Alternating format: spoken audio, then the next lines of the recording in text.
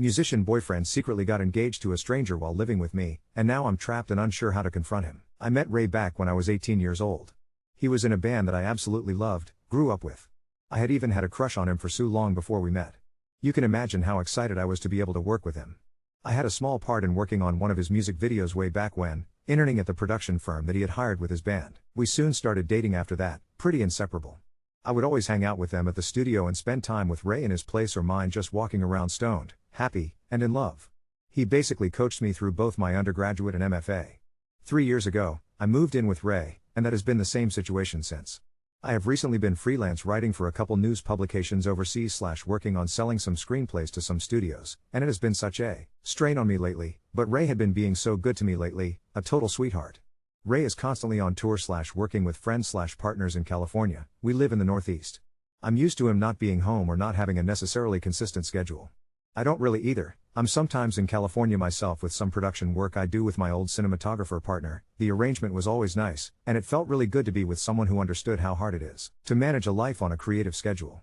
Honestly, I figured once Ray got back from his business trip, he was going to propose to me. I know that's stupid to just assume that, but after how well things had been going with us, I was really just getting this overwhelming feeling of love and hope that I was just so excited about. However, the other day, week ago at this point, I was browsing Ray's Instagram looking for a specific picture, and I noticed the tagged pictures tab on the top of the page. I'm kind of illiterate at social media stuff. At this point, Ray was in California overseeing some stuff with his new merch or whatever. I felt myself missing him a lot, so I thought seeing some funny, candid pictures of him would cheer me up / remind me of how cute he is. So, I click on the tab and scroll down a little bit. I see a picture of this cute blonde woman, Katie, kissing his cheek. I didn't think anything of it at first. He's a relatively popular musician, not like getting on any charts anywhere, but a lot of people in a specific scene at least know of him. So, thought it was just another fan. But, when I scroll down more, I see more and more pictures of this woman and him. I click on the picture for who she's tagged as, I click her profile. I'm blocked? Immediately, I got a bad gut feeling. I ended up logging out of my account and into my company's. I know, scummy, but now it seems worth it. I click on her profile, and I almost throw up. Basically, besides a couple pictures of food, scenery, or shopping haul shots, it's just all pics of either her and Ray or just Ray. I do some more digging and I see that her and Ray are fucking engaged. People are congratulating them. There's a pic of her holding up a hand with a ring up and you can see Ray in the background smiling. I want to fucking die right now. It's been 3 days since Ray has gotten back from the trip, and I don't even know what to say. He knows that I'm upset about something, I think. He wanted to have sex when he finally got home. We always have a really fun romp once he comes back, but the thought of it made me fucking sick. I don't know how to talk to him about this. I know I'm just postponing something by doing this, but I honestly have no fucking clue how to approach my future. I honestly still love him so much, and the thought of being without him right now makes my head want to explode. I don't even care that he was with someone else if he would just stop doing it and apologize. I understand that humans are not inherently monogamous, and hell, I've thought about other people and even kissed someone one time during an LSD trip a couple years ago. I never told him about that either. But this seems really unacceptable and I feel really disrespected. How could he just have this entire secret life and just hide it? For so many years. As far back in her timeline I scrolled, 5 years, they had clearly been dating. I wonder if they've been together the entire time me and Ray were together. I know this is so long and rambly, but I just need help deciding where I go from here. We live together, and I don't really have housing in the area right now that would be easy for me to just go, you know? Should I just pretend I don't know anything, until I can find another place and then just unload then? Should I try to talk to him now and see what's going on? Update 1. I realize now I was completely manipulated by Ray for many years.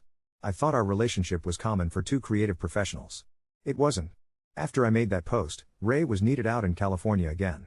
It was the perfect opportunity for me to pack up all my shit and leave. Once I collected my thoughts, I reached out to my longtime friend John, actually my age, now 30, who lived in Portland at the time. He flew out to the East Coast city I used to live in with fancy maple syrup, whiskey, and my favorite coffee.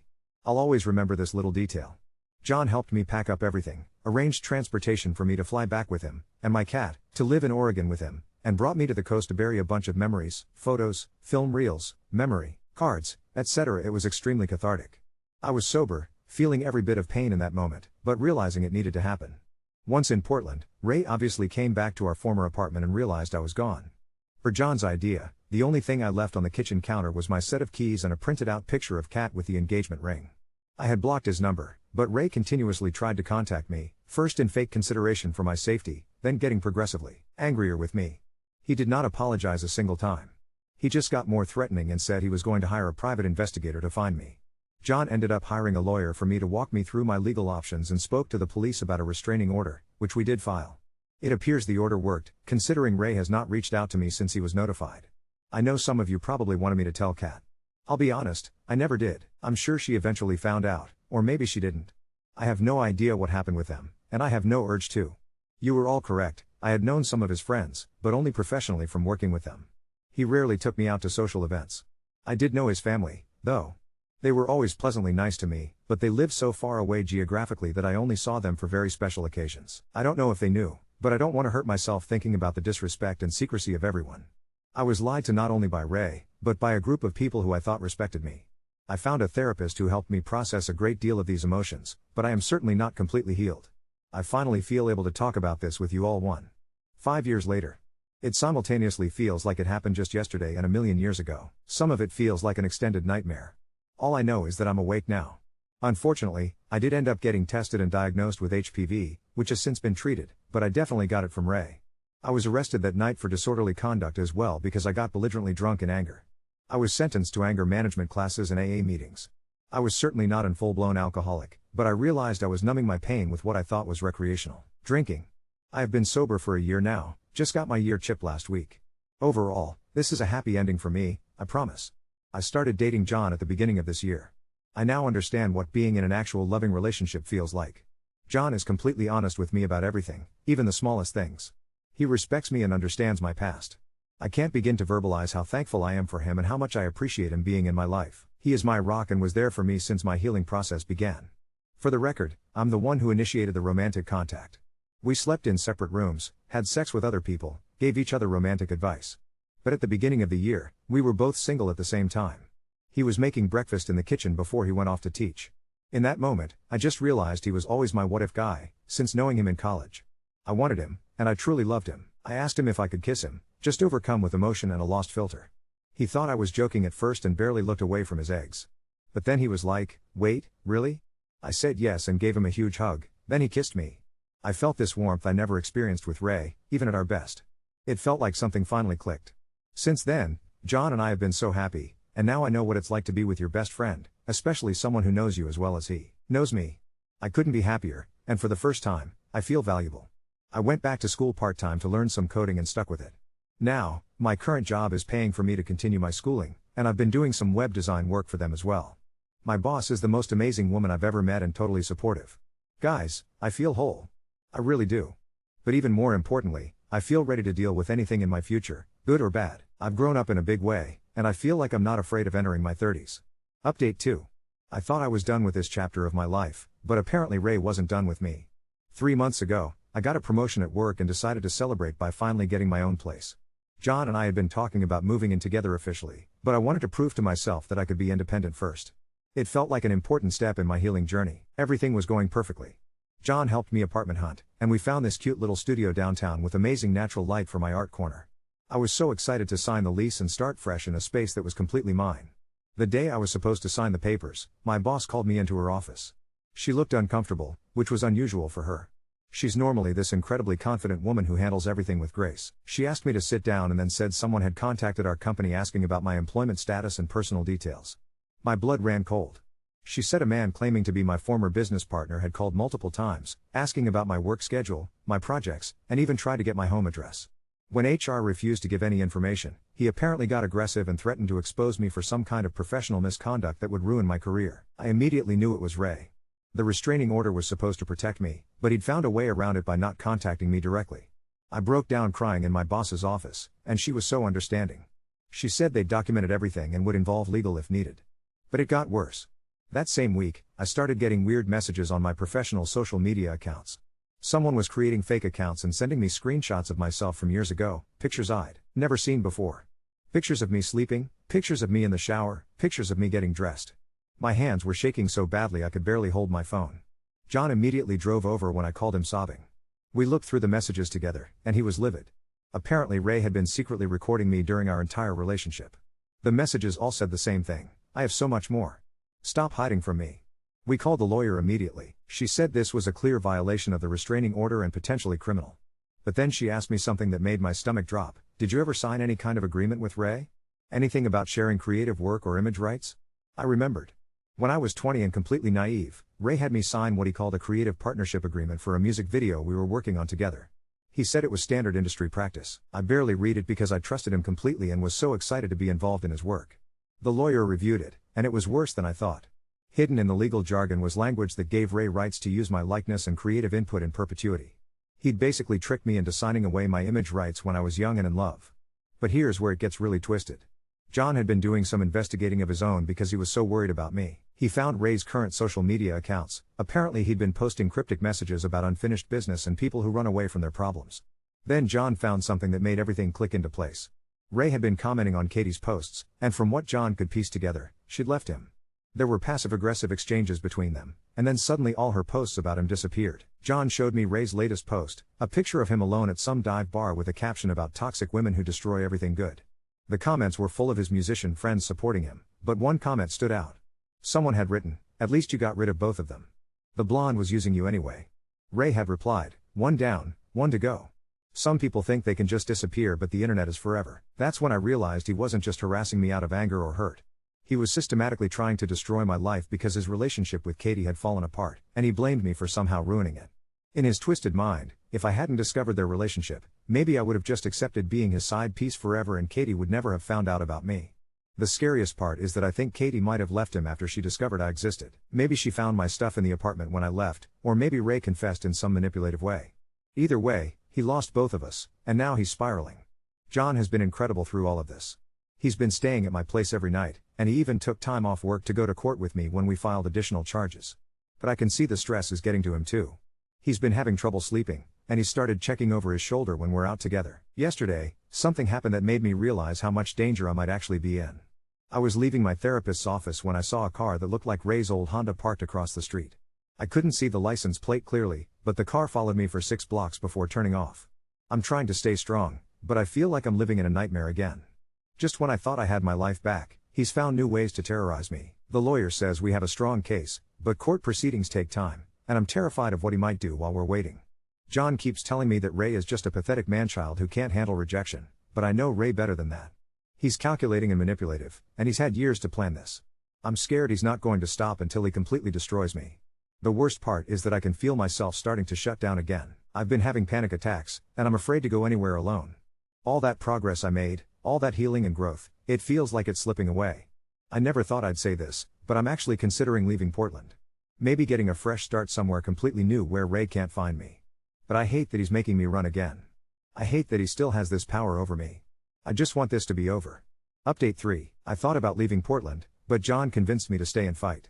He said running away again would just give Ray more power over me. I hated that he was right, but I also couldn't bear the thought of starting over somewhere new without him. So we decided to take a different approach. John's cousin Marcus works in cybersecurity, and he offered to help us gather evidence of Ray's harassment. We set up monitoring on all my accounts and started documenting everything. What Marcus found was way worse than we thought. Ray had been tracking my digital footprint for months, not just social media, but my work email, my freelance portfolio, even my online banking. Marcus said someone with Ray's level of access would need either serious technical skills or help from someone who knew what they were doing. That's when I remembered something that made my blood run cold. Ray's bandmate Derek had always been the tech guy of the group. He was the one who set up their recording equipment, managed their online presence, and had even helped me set up my first professional website years ago. Derek had access to all my passwords because he'd helped me organize my digital life when I was living with Ray. Marcus confirmed it within hours. Derek had been the one doing the actual hacking and stalking. Ray was just the puppet master. We finally had enough evidence to involve the FBI, since this was crossing state lines and involved serious cybercrime. But before we could file the federal complaint, something happened that changed everything. I was working late at the office last Thursday when I got a call from an unknown number. I almost didn't answer, but something made me pick up. Is this the girl who was sleeping with Ray Morrison? The voice was female, shaky, and angry. My heart started pounding. Who is this? This is Katie. I think we need to talk. I wanted to hang up immediately, but curiosity got the better of me. We agreed to meet at a coffee shop downtown the next day. I brought John with me, and he waited at a table nearby while Katie and I talked. She looked exactly like her photos, blonde, pretty, but up close I could see she was exhausted. Dark circles under her eyes, and her hands were shaking when she ordered her coffee. I found out about you 3 weeks before you left, she said without any preamble. I came to the apartment to surprise Ray with dinner, and I saw your stuff everywhere. Your makeup in the bathroom, your clothes in the closet. He tried to tell me you were just a friend crashing there, but I'm not stupid. I didn't know what to say. She continued.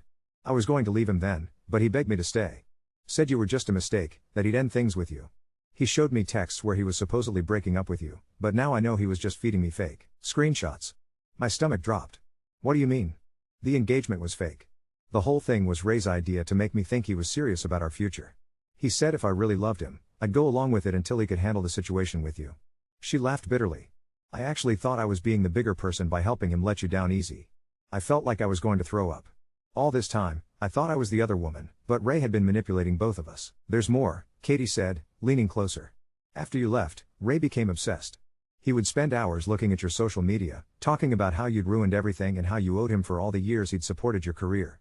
He started drinking heavily and became really paranoid. He was convinced you were going to expose him to his family or his record label. She pulled out her phone and showed me screenshots of text conversations between her and Ray. They were disturbing. Ray talking about teaching you a lesson and making sure you never felt safe again. In one message, he'd written, "She thinks she can just disappear and start over?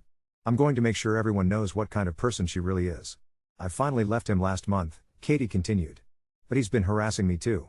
Showing up at my work, following me home, posting lies about me online. When I threatened to call the police, he said he had insurance that would destroy both of us if we tried to fight him. That's when she showed me something that made my blood freeze. Ray had been secretly recording not just me, but her too. And apparently, he'd been doing it to other women as well." Katie had found a hidden camera in her bedroom and a folder on Ray's computer with videos of at least 6 different women, spanning back years. "I made copies of everything before I left," she said. "I was going to go to the police, but then I heard through mutual friends that he was already targeting you.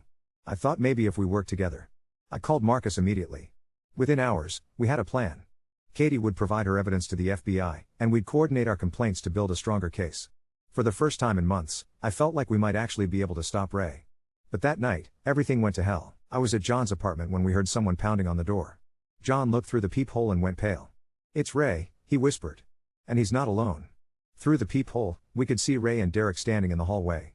Ray was shouting something about lying bitches and destroying his life. Derek was holding what looked like a crowbar.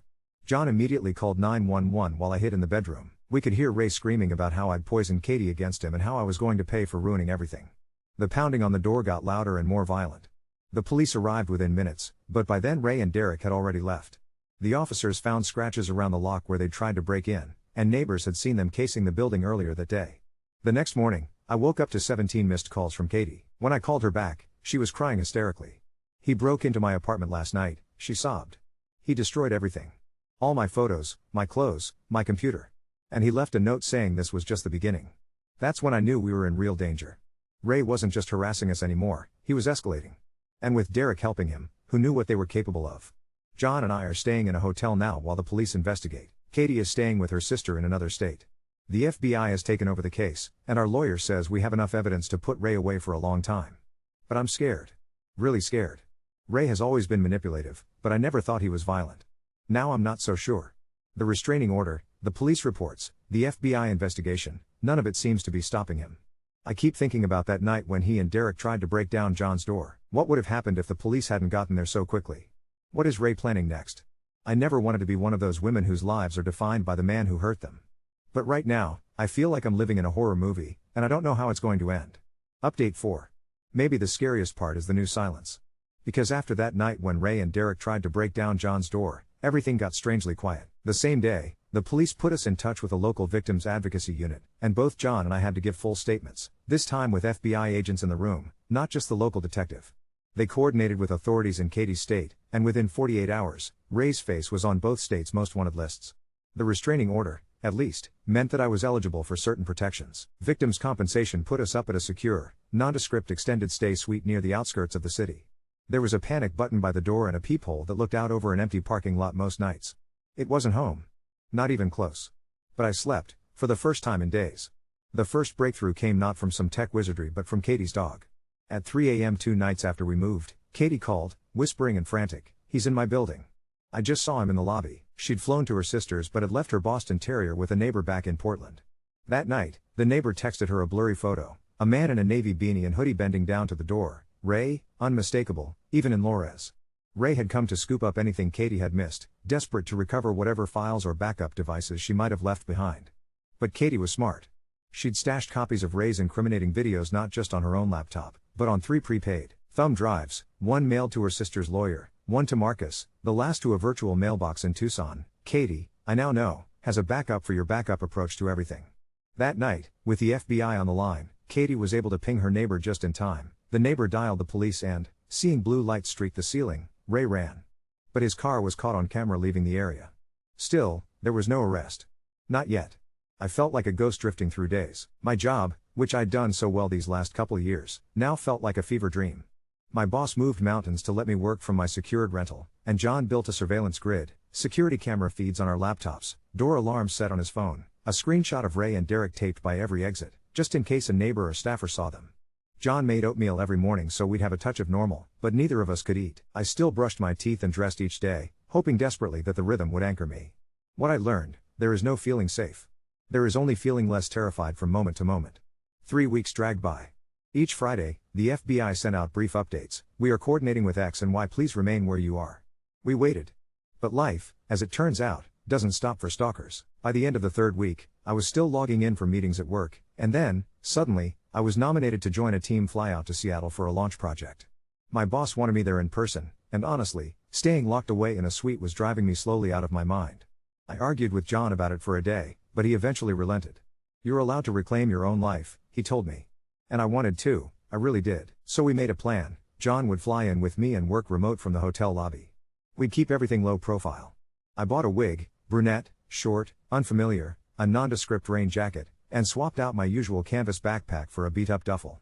It felt paranoid, but at security, when the TSA guy hesitated on my ID, I just smiled. Seattle passed by as a gray, caffeine-fueled blur, but on my second night there, something incredible happened. Katie's lawyer called. The local Portland PD had finally secured a search warrant for Derek's house. Apparently, Marcus evidence, the cyberstalking records and a digital paper trail proving Derek accessed my accounts, tipped the scales. They found not only my photos but hard drives containing hundreds of gigabytes of footage from other women, stretching back nearly a decade. The DA was ready to move. Ray was officially being sought for felony stalking, harassment, illegal surveillance, and more. Derek was being charged as an accomplice. When I got back to Portland, John and I learned that Ray, in a final act of panic, had gone completely off digital radar. No phone, no bank transactions.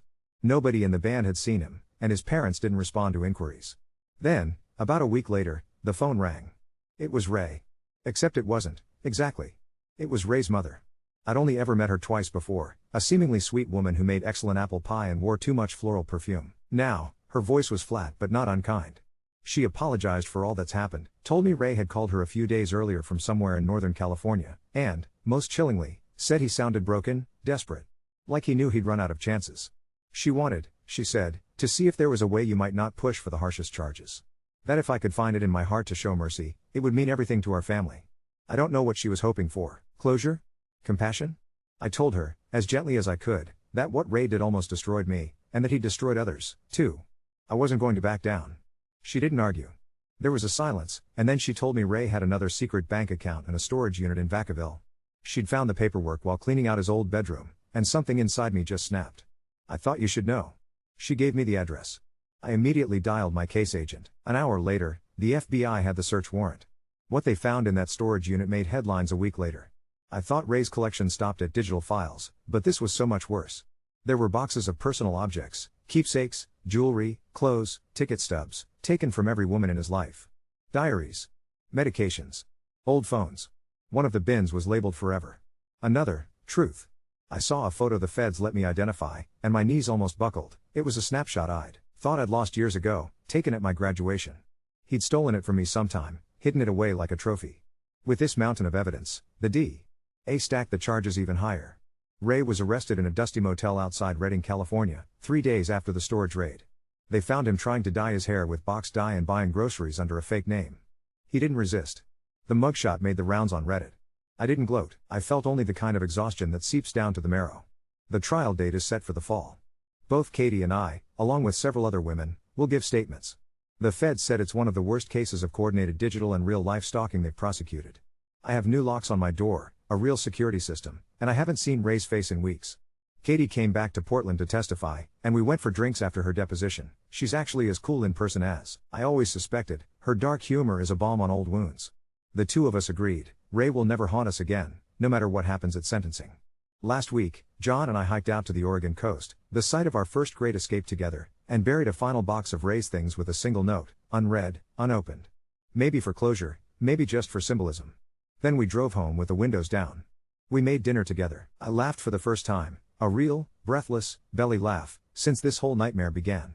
I'm not naive. There are still night terrors, and I flinch every time my phone buzzes with an unknown number. But in the light of day, in this weird downtown apartment full of art and plants, I am so much more myself than I have ever been.